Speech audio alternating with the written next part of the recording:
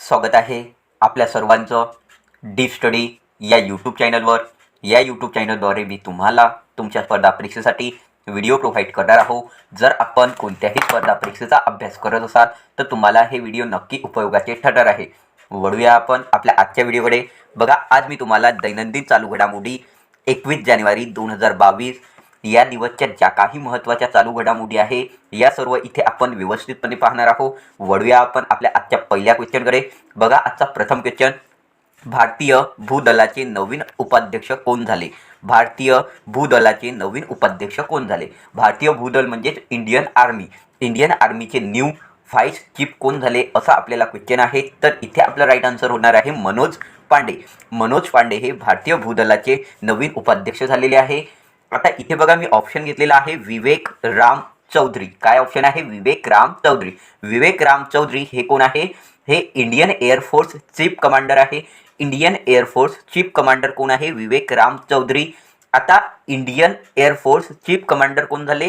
कोण आहे? विवेक राम चौधरी आहे। इथे एअरफोर्स चीफ कमांडर निघालं तर आपण इंडियन एअरफोर्स डे कधी साजरा करतो? 8 ऑक्टोबरला आपण इंडियन एअरफोर्स डे पाहतो। नंतर बघा, मनोज पांडे क्लिअर झालेला आहे, भारतीय भूदलाचे नवीन उपाध्यक्ष झाले। नंतर बघा, मनोज मुकुंद नरवाने। मनोज मुकुंद नरवाने हे कोण आहे? भारतीय भूदलाचे Indian army chief. Indian army chief कोण आहे? मनोज मुकुंद नरवाने। आणि इंडियन आर्मी डे कधी साजरा करतो आपण? आत्ताच पाहिलं होतं 15 जानेवारीला।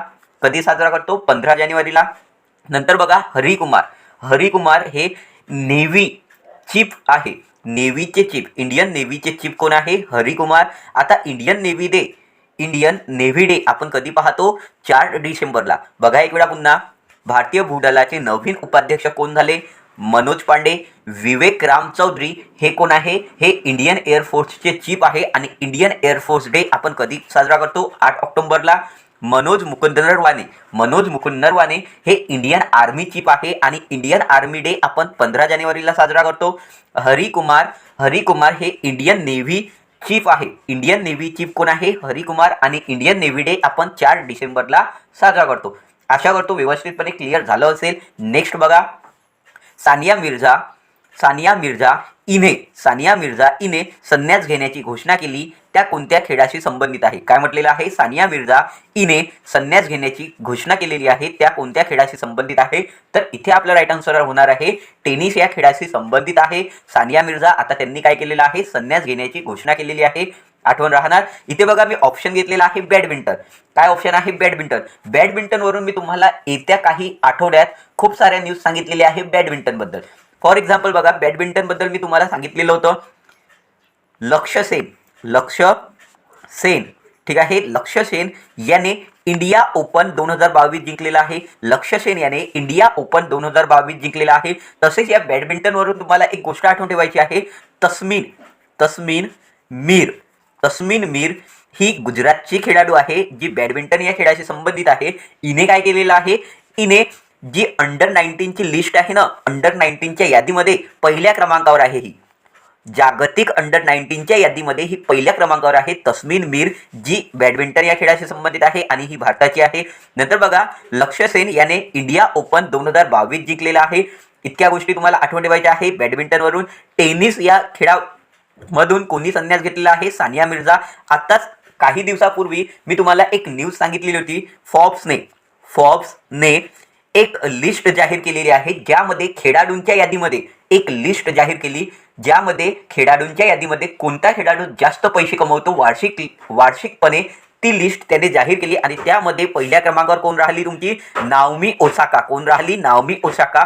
आणि ही नाओमी ओसाका कोणत्या देशाची आहे? जापान। नाओमी ओसाका ही कोणत्या देशाची आहे? जापान या देशाची।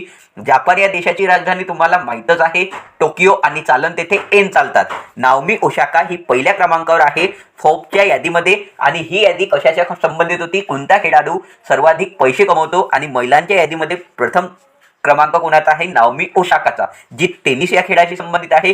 आणि दुसऱ्या क्रमांकावर कोण आहे? सेरेना विल्यम्स, जी USA ला बिलॉंग करते। सेरेना विल्यम ही USA ला बिलॉंग करते। आणि या यादीमध्येच 7व्या क्रमांकावर भारताची PV सिंधू आहे, जी बॅडमिंटन या खेळाशी संबंधित आहे। 7व्या क्रमांकावर या यादीमध्ये कोण आहे? PV सिंधू आहे, जी बॅडमिंटन या खेळाशी संबंधित आहे। नेक्स्ट बघा, खालीलपैकी कोणी सारथी मोबाईल ॲप्सचे अनावरण केले? खालीलपैकी कोणी सारथी मोबाईल ॲपचे अनावरण केले? तर येथे आपलं राईट आन्सर आहे सेबीने. कोणी केलेले आहे? सेबी. सेबीचा full form security and exchange board of India. Securities and exchange board of India याने काय केलेलं आहे? सारथी.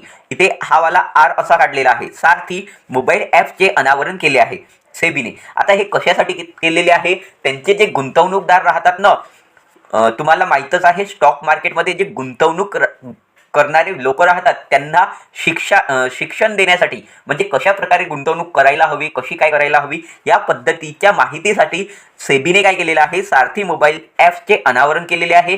आठवण राहणार. आता इथे बघा सेबी आलेला आहे, तर तुम्हाला सेबीचा फुल फॉर्म विचारू शकतो. Securities and exchange board of India. Security and exchange board of India हा सेबीचा फुल फॉर्म आहे. आणि या सेबीची स्थापना कधी झालेली होती? 12 एप्रिल. सेबीची स्थापना कधी झालेली होती? 12 एप्रिल 1992 ला. 12 एप्रिल 1992 ला.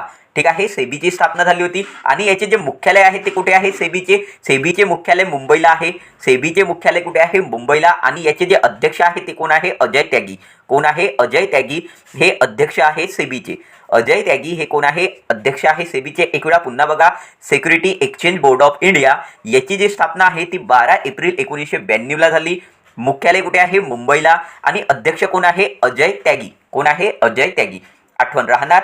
नेक्स्ट बघा, खालीलपैकी कोणता देश AFC women's football Asian cup 2022 चे आयोजन करणार आहे? काय म्हटलेलं आहे? खालीलपैकी कोणता देश AFC women's football Asian cup 2022 चे आयोजन करणार आहे? तर इथे आपलं राईट आन्सर आहे आपला प्यारा भारत काय करणार आहे? AFC women's football Asian cup 2022 चे आयोजन करणार आहे. लक्षात आलं. आता इथे बघा, मी जे चारही ऑप्शन घेतले यावर मी कालच तुम्हाला सांगितलेलं आहे, तुम्हाला आठवत असेल, एशियन गेम्स यामध्ये 2022 एशियन गेम्स 2022 हे कुठे होणार आहे? एशियन गेम्स 2022 कुठे होणार आहे? चीनला. आणि 2026 कुठे होणार आहे? जापानला. 2030 कुठे होणार आहे? कतरला. आणि 2034 कुठे होणार आहे? 2034 कुठे होणार आहे? सौदी अरबला. लक्षात घ्या पुन्हा, एशियन गेम्स 2022 कुठे होणार आहे? चीनला. एशियन गेम्स 2026 कुठे होणार आहे? जापानला. एशियन गेम्स 2030 कुठे होणार आहे? कतरला. एशियन गेम्स 2034 कुठे होणार आहे? सौदी अरबला. आठवण राहणार व्यवस्थितपणे. आणि एशियन गेम्स 2022 याच्याबद्दल मी तुम्हाला कालच सांगितलेलं होतं. याचे जे चीफ डे मिशन आहे, चीफ डे मिशन भारताचे 2022 साठी, एशियन गेम्स 2022 साठी चीफ डे मिशन भारताचे कोण आहे? कालच मी सांगितलं, राकेश आनंद आहे. कोण आहे? राकेश आनंद. राकेश आनंद हे एशियन गेम्स 2022 चे चीफ डे मिशन आहे भारताचे. आता तुम्हाला माहीतच झालं 22 कुठे होणार आहे? चीनला. आणि चीनमध्ये कुठे? हॉंगझाऊला. कुठे? हॉंगझाऊला. नंतर जापानमध्ये 2026 चा होणार आहे नगोयाला. आणि कतरमध्ये 2030 वाला होणार आहे एशियन गेम्स, जो कुठे होणार आहे? दोहा.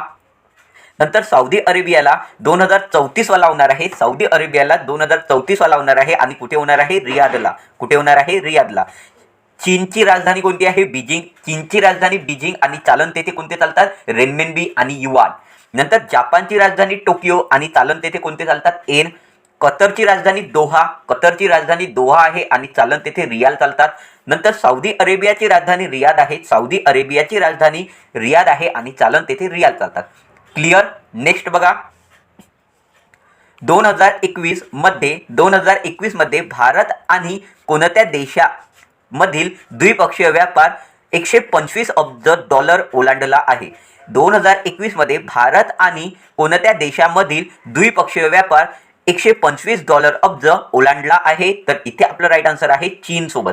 चीन सोबत जो आपला व्यापार आहे द्विपक्षीय, तो कितीपर्यंत चालला गेलेला आहे? 125 अब्ज पर्यंत. लक्षात राहणार. आता इथे बघा, ऑस्ट्रेलिया आलेला आहे. तर ऑस्ट्रेलियावरून तुम्हाला कमेंट करायचं आहे ऑस्ट्रेलियाची राजधानी कोणती आणि ऑस्ट्रेलियाचे चालन कोणते. लक्षात आलं. ऑस्ट्रेलियाची राजधानी आणि ऑस्ट्रेलियाचे चालन तुम्हाला कमेंटमध्ये कमेंट करायचं आहे. याबद्दल मी तुम्हाला अगोदरच सांगितलेलं आहे. ठीक आहे. आणि जर तुम्हाला आठवत असेल की यांच्यासोबत भारताच्या कोणकोणत्या एक्झरसाइज होतात, या सुद्धा तुम्हाला कमेंट करायचं आहे. लक्षात आलं. आणि एक्झरसाइज म्हणजे युद्ध अभ्यास, हे मी अगोदरच तुम्हाला सांगितलेलं आहे. कालच यावर मी एक रिव्हिजन घेतलेली आहे. आज तुम्हाला कमेंट नक्की करायचं आहे. नेक्स्ट बघा, 2021 या वर्षी पद्मश्री पुरस्काराने सन्मानित करण्यात आलेल्या शांती देवी यांचे नुकतेच निधन झाले, तर त्या कोण होत्या? काय म्हटलेलं आहे? 2021 या वर्षी पद्मश्री पुरस्काराने सन्मानित करण्यात आलेल्या शांती देवी यांचे निधन झाले, तर त्या कोण होत्या? तर त्या कोण होत्या? सामाजिक कार्यकर्त्या होत्या. कोण होत्या? सामाजिक कार्यकर्ता. नेक्स्ट बघा, 29 सावकांना जन्म देणाऱ्या प्रसिद्ध कॉलरवाल्या वाघिणीचे कोणत्या पार्कमध्ये निधन झाले? काय म्हटलेलं आहे? 29 सावकांना जन्म देणाऱ्या प्रसिद्ध कॉलरवाल्या वाघिणीचे कोणत्या पार्कमध्ये निधन झाले आहे? तर इथे आपला राईट आन्सर आहे पेंच राष्ट्रीय उद्यान. पेंच राष्ट्रीय उद्यान जे कुठे आहे? मध्य प्रदेशला. कुठे आहे? मध्य प्रदेशला. मध्य प्रदेशचे राष्ट्रीय उद्यान तुम्हाला एका फ्लोमध्ये आठवण करायचे आहे. बघा कशा प्रकारे: कान्हा, पन्ना, पेंच, माधव, बांधव, सतपुडा, फोसाईल, वनविहार, कुनो. काय काय म्हटलेलं आहे मी पुन्हा एक वेळा लक्षात घ्या. याच फ्लोमध्ये तुम्हाला आठवण करायचं आहे. यावर मी तुम्हाला व्हिडिओ सुद्धा प्रोव्हाइड केलेला आहे. कोणत्याही राज्याचे नॅशनल पार्क कशा पद्धतीने आठवण करायला हवे हे सुद्धा मी तुम्हाला एका व्हिडिओमध्ये सांगितलेलं आहे. जर आपण व्हिडिओच्या लिस्टमध्ये गेले तर तिथे तुम्हाला हा व्हिडिओ पाहायला भेटेल. बघा एक वेळा पुन्हा बघा, मध्य प्रदेशचे राष्ट्रीय उद्यान कोणकोणते आहे? कान्हा, पन्ना, पेंच, माधव, बांधव, सतपुडा, फोसाईल, वनविहार, कुनो. लक्षात आलं. नंतर बघा मानस राष्ट्रीय उद्यान कुठचं आहे? आसामचा. कुठचा आहे? आसामचा. आसामचे सुद्धा तुम्हाला राष्ट्रीय उद्यान आठवण करण्याची मी पद्धत सांगितलेली आहे. बघा, काझीरंगा, नामेरी मानस, डिब्रू साहिखोवा. काझीरंगा, नामेरी मानस, डिब्रू साहिखोवा हे सर्व काय आहे? राष्ट्रीय उद्यान आहे आसामचे. तुम्ही यावरचा व्हिडिओ नक्की पहा, जेणेकरून तुम्हाला इझिली सर्व राष्ट्रीय उद्यान माहिती पडेल. नंतर बघा, पापीकोंडा करा. इथे पापीकोंडा राष्ट्रीय उद्यान हा कुठचा आहे? हा आंध्र प्रदेशचा आहे. आणि हा तुम्हाला IMP राष्ट्रीय उद्यान आहे. मॅक्झिमम पेपरला हा राष्ट्रीय उद्यान विचारला जातो. हा राष्ट्रीय उद्यान कुठे आहे? पापीकोंडा राष्ट्रीय उद्यान आंध्र प्रदेशला. नंतर बघा, पेरियारी राष्ट्रीय उद्यान कुठे आहे? पेरियारी राष्ट्रीय उद्यान केरळला आहे. कुठे आहे? केरळला. हे सुद्धा तुम्हाला आठवण ठेवायचं आहे. नेक्स्ट बघा, NDRF ने, इथे ने करा. NDRF ने 19 जानेवारी 2022 रोजी कोणता स्थापना दिवस साजरा केला आहे? NDRF ने 19 जानेवारी 2022 रोजी कोणता स्थापना दिवस साजरा केला आहे? तर इथे आपला राईट आन्सर आहे 17वा. कोणत्या क्रमांकाचा केला आहे? 17वा. NDRF म्हणजे national disaster response force. National disaster response force याने आपला 17वा जो दिवस आहे, स्थापना दिवस, तो साजरा केलेला आहे 19 जानेवारी 2022ला 17व्या क्रमांकाचा. आणि याचे जे अध्यक्ष आहेत, जे डायरेक्टर जनरल आहे, ते कोण आहे? अतुल करवाल. कोण आहे? अतुल करवाल. ठीक आहे. नॅशनल डिझास्टर रिस्पॉन्स फोर्सचे जे डायरेक्टर जनरल आहे ते कोण आहे? अतुल करवाल. आणि त्यांनी 17वा जो स्थापना दिवस होता 19 जानेवारी 2022ला साजरा केला. आता इथे मी घेतलेला आहे 64वा जो स्थापना दिवस आहे तो कोणी केलेला आहे? DRDO ने. 64वा स्थापना दिवस कोणी केला? DRDO ने साजरा केला. आठवत असेल कधी केला? 1 जानेवारीला. कधी केला होता? 1 जानेवारीला 2022ला. 1 जानेवारी 2022 साली 64वा स्थापना दिवस कोणी केलेला आहे? DRDO ने. DRDOचा फुल फॉर्म तुम्हाला माहित आहे, डिफेन्स रिसर्च डेव्हलपमेंट ऑर्गनायझेशन. आणि याचे जे अध्यक्ष आहे ते कोण आहे? G सतीश रेड्डी. नंतर बघा, मी इथे ऑप्शन घेतलेला आहे 83. काय ऑप्शन घेतलेला आहे? 83 जो मी इथे ऑप्शन घेतला तो कशावरून घेतला आहे? Henley passport index. Henley passport इंडेक्समध्ये भारताचा कितवा क्रमांक आहे? 83वा.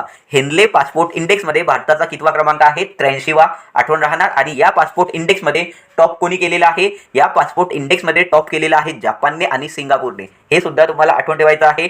नेक्स्ट बघा, कोणत्या दिवसापासून प्रजासत्ताक दिनाचा उत्सव दरवर्षी सुरू होणार आहे? कोणत्या दिवसापासून प्रजासत्ताक दिनाचा उत्सव दरवर्षी सुरू होणार आहे? तर इथे आपलं राईट आन्सर होणार आहे 23 जानेवारीपासून. कोणत्या? 23 जानेवारीपासून. 1 जानेवारीला आपण कोणता दिवस पाहिला होता? 1 जानेवारीला आपण जागतिक कुटुंब दिन पाहिला. 1 जानेवारीला आपण जागतिक कुटुंब दिन पाहिला. तसेच DRDOचा स्थापना दिवस पाहिला 64व्या क्रमांकाचा. नंतर 14 जानेवारीला आपण काय पाहिलेलं आहे? 14 जानेवारीला आपण सशस्त्र सेना वयोवृद्ध दिन पाहिला. सशस्त्र सेना वयोवृद्ध दिन कधी पाहिला? 14 जानेवारीला. आत्ताच मी 15 जानेवारीबद्दल तुम्हाला सांगितलं, भारतीय लष्कर दिन, ज्याला आपण इंडियन आर्मी डे सुद्धा म्हणतो. हा दिवस आपण कधी पाहिला? 15 जानेवारीला. नेक्स्ट बघा, पुढील 5 वर्षामध्ये 15 लाख रोजगारांच्या संधी निर्माण करण्यासाठी कोणत्या राज्याने रोजगार अभियान सुरू करण्याची घोषणा केली आहे? तर इथे आपलं राईट आन्सर आहे छत्तीसगड राज्याने. कोणी केलेली आहे? छत्तीसगड राज्याने. आता या छत्तीसगड राज्याचे मुख्यमंत्री कोण आहे? भूपेश बघेल. भूपेश बघेल हे छत्तीसगड राज्याचे मुख्यमंत्री आहे आणि येथे जे राज्यपाल आहेत त्या कोण आहे? अनुसुया उईके. त्या कोण आहे? अनुसुया उईके. नंतर बघा इथे गुजरात आलेला आहे. गुजरातचे मुख्यमंत्री विजय रुपानी. गुजरातचे मुख्यमंत्री कोण आहे? विजय रुपानी. आणि तेथे जे राज्यपाल आहे ते कोण आहे? आचार्य देवव्रत. नंतर बघा तामिळनाडू. तामिळनाडूचे मुख्यमंत्री कोण आहे? एम के टायलिन. तामिळनाडूचे मुख्यमंत्री कोण आहे? एम के टायलिन. आणि तेथे जे राज्यपाल आहे ते कोण आहे? आर्यन रवी. कोण आहे? आर्यन रवी हे राज्यपाल आहे. महाराष्ट्राबद्दल तुम्हाला माहितच आहे. महाराष्ट्राचे मुख्यमंत्री आणि राज्यपाल कोण आहे ते तुम्हाला कमेंटमध्ये आन्सर करायचं आहे. आशा करतो तुम्हाला सेशन 101% आवडलेला असेल. जर तुम्हाला सेशन आवडला तर सेशनला नक्की लाईक करा. तसेच तुम्ही चॅनलवर नवीन असाल तर चॅनलला देखील तुम्हाला सबस्क्राईब करायचं आहे आणि इथे बेल आयकॉनला क्लिक करायला विसरू नका, जेणेकरून तुम्हाला वेळोवेळी नोटिफिकेशन प्राप्त होईल. थँक्यू. जय हिंद.